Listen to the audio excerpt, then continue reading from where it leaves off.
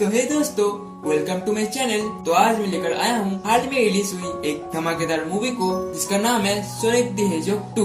तो अगर आप इस चैनल पर नए हैं तो एक रिक्वेस्ट, तो चैनल को जरूर से सब्सक्राइब और वीडियो को एक लाइक जरूर कर लेना, क्योंकि इससे इस चैनल को बहुत ही ज्यादा सपोर्ट मिलता है। तो अब बिना किसी देरी के चलिए वीडियो को शुरू करते हैं।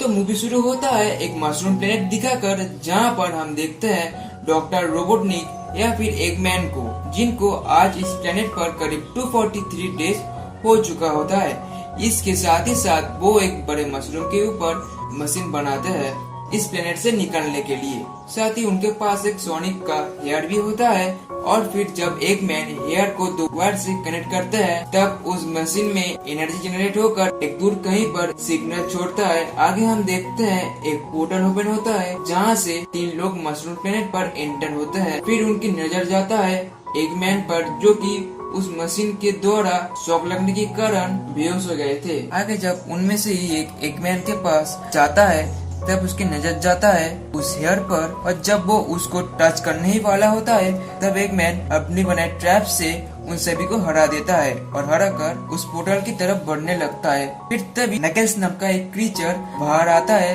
तब वो एक मैन के हाथ पर वो हेयर देखकर पूछता है कि तुम्हें ये कहाँ से मिला।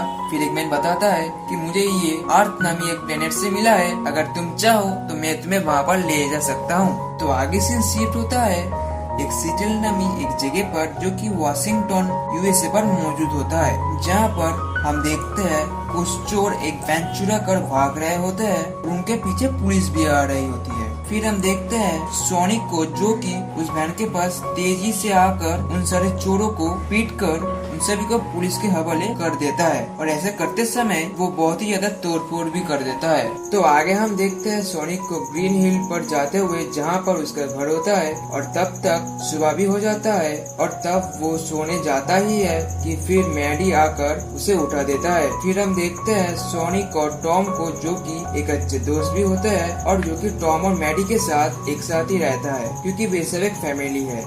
तब सोनिक टॉम के साथ फिशिंग करने के लिए जाता है। तब टॉम कहता है कि तुमने जो पिछली रात जो तोड़फोड़ की थी, उससे लोगों की जान को खतरा हो सकती थी। तब वो उसे उस घटना के बारे में न्यूज भी देता है, और सोनिक को समझाता है कि अभी तुम्हारे पावर यूज करने का सही समय नहीं आया है, पर वो पल आएगा, बस हम उसे चुन नहीं सकते, वो पल ही हमें चुनता है। इस पर सोनिक भी मान जाता है। फिर हम आगे देखते हैं टॉम और मैडी को, जो कि तैयार होकर सोनिक की रिंग की हेल्प से मैडी की सिस्टर की शादी पर चले जाते हैं। अब सोनिक अपने घर पर बहुत ही ज्यादा मस्ती वगैरह करता है। आगे हम देखते हैं वही दूसरी तरफ एक रिंग से एक फॉक्स बाहर आता है, जिसका नाम होता है टेल्स। वो असल में सोनिक को ढूंढ रहा था आने वाली खतरों के बारे में उसे वार्न करने के लिए। फिर वहाँ से वो ग्रीन हिल शहर पर जाने के लिए एक पुलिस की कार लेकर सोनिक के पास जाता है।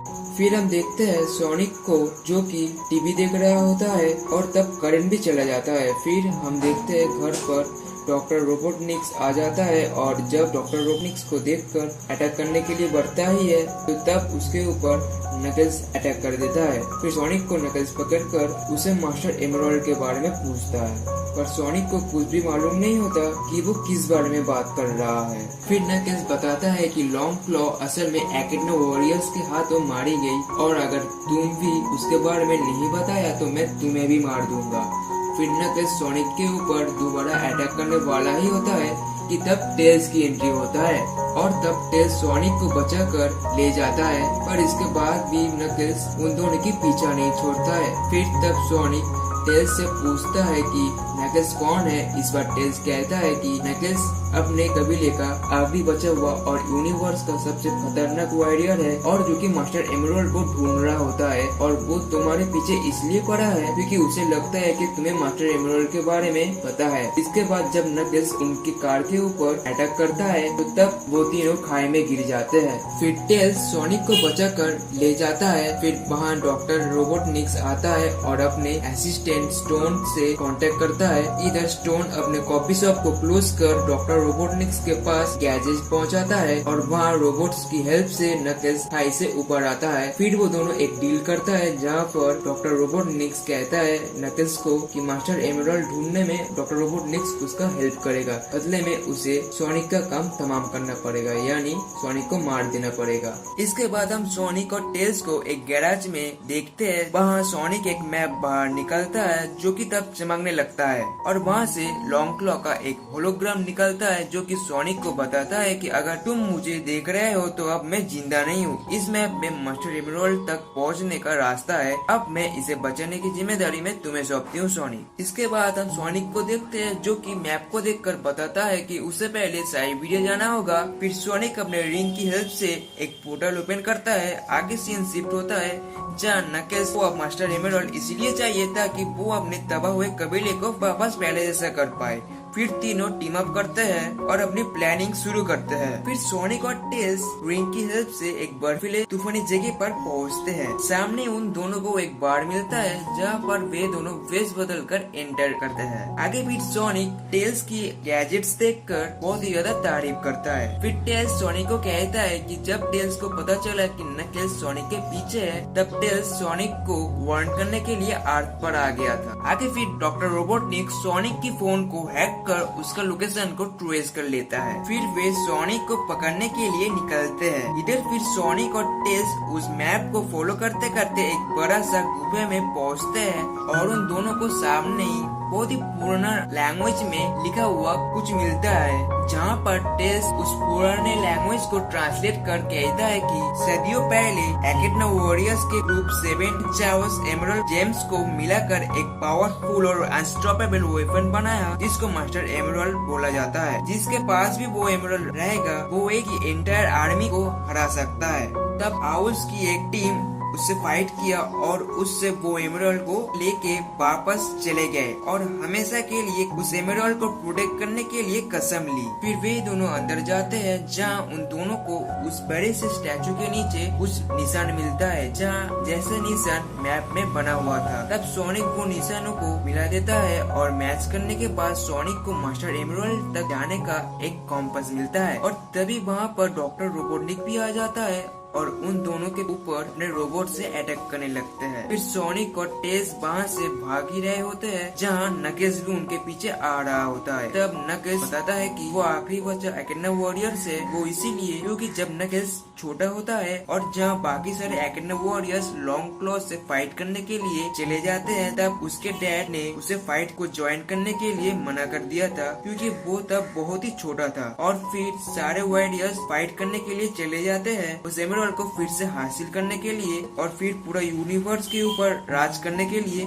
पर फिर वहाँ से कोई नहीं आता। इसमें अब सोनिक भी कहता है कि तभी लॉन्ग क्लॉ उसे उन वॉरियर्स के हाथों बचने के लिए अर्थ पर भेज दिया था और तभी फिर टेल्स भी आ जाता है और फिर सोनिक टेल्स की तरफ वो कॉम्पस को थ्रो करता है पर डॉक्टर रोबोटनिक्स उसे कैच कर लेता है और टेल्स के ऊपर मिसाइल छोड़ देते हैं। फिर नकेल्स और डॉक्टर रोबोटनिक्स कॉम्पस लेके वहाँ से चले जाते हैं। फिर वहाँ एक बड़ा सा धमाके के साथ विस्फोट होता है और वहाँ से बहुत ही ज्यादा बर्फ सोनिक और टेल्स की तरफ आ रहा होता है। फिर सोनिक टेल्स को वहाँ से उठाकर दौड़ते दौड़ते टॉम को कॉल करने लगता है और टॉम को कहता है कि उस रिंग से एक पोर्टल बनाने के लिए जिसकी हेल्प से सोनिक और टेल्स उस बर्फ से बच सके। पर जैसे ही टॉम उस रिंग को फेंकता है पर उससे कोई पोर्टल ओपन नहीं होता। फिर टॉम को समझ में आता है कि उसकी रिंग रेचल की रिंग से गलती से एक्सचेंज हो गया होता है। फिर जब टॉम रेचल से वो रिंग मांगता है तो तब वो रिंग देने से मना कर देता है तो मजबूरन टॉम रेंडल को एक पंच मारता है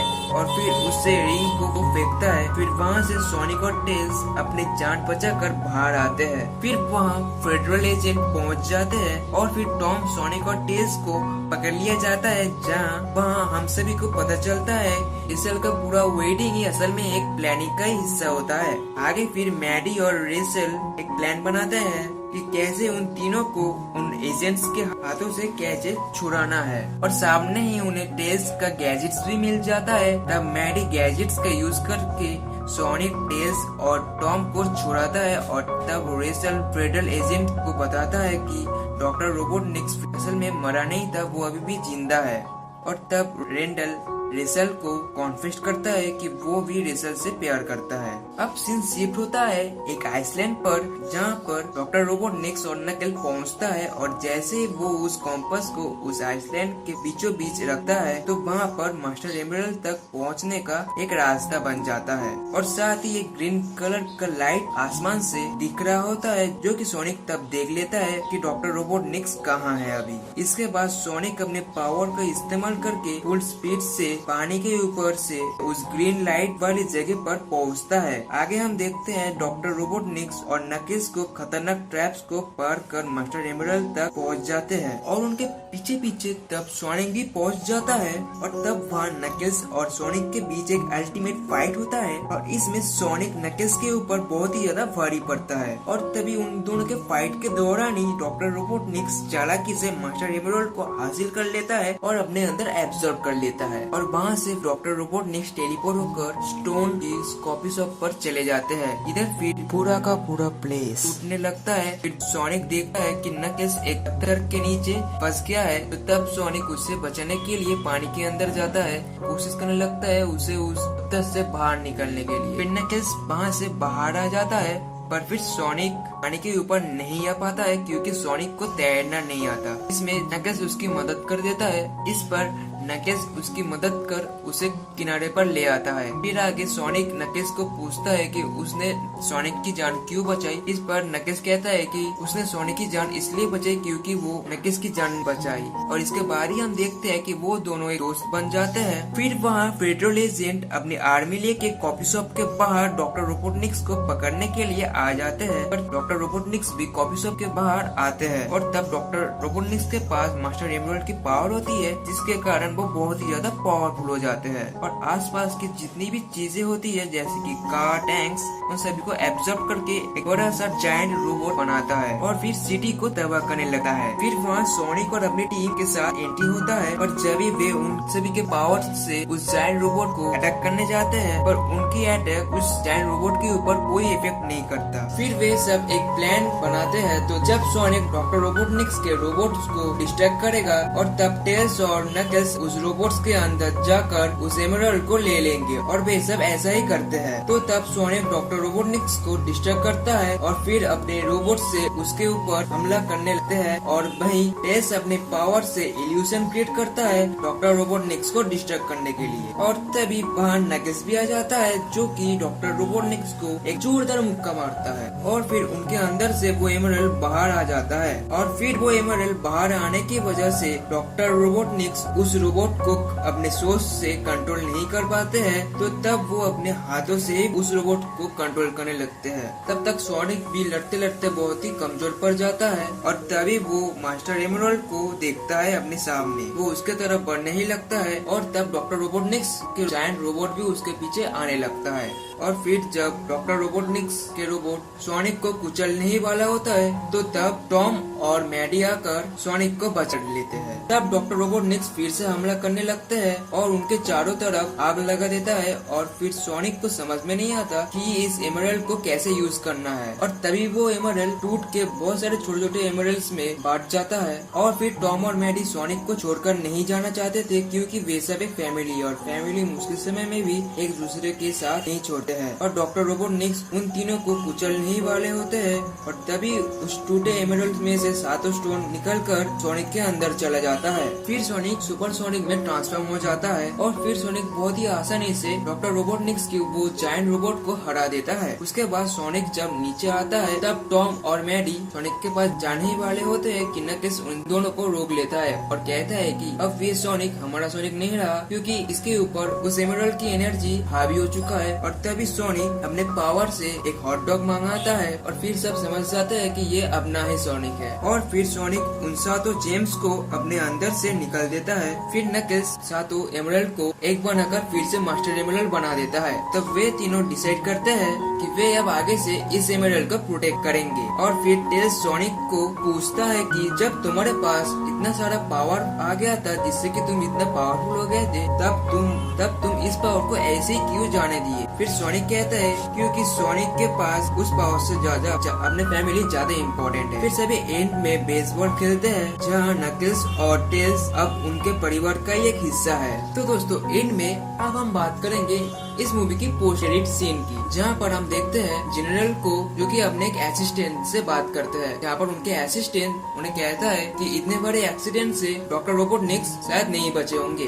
तभी हम देखते हैं एजेंट स्टोन को जो कि एक आर्मी की वेश पर थे, और तब उनके असिस्टेंट बोलता है कि इसके साथ ही हमें एक 50 साल पुराना प्रोजेक्ट भी मिला है। फिर हमें लेबोरेटरी का या फिर एक रिसर्च सेंटर का सीन दिखाया जाता है, जहाँ पर हम देखते हैं सोनिक जैसा ही और एक हेजहॉग जिसका नाम होता है शैडो, और यहाँ पर शैडो का आँख खुलने के साथ ही साथ ये मूवी एंड हो जाता है। तो ये दोस्तों आई होप आप सभी को ये एक्सप्लेनेशन पसंद आई होगी।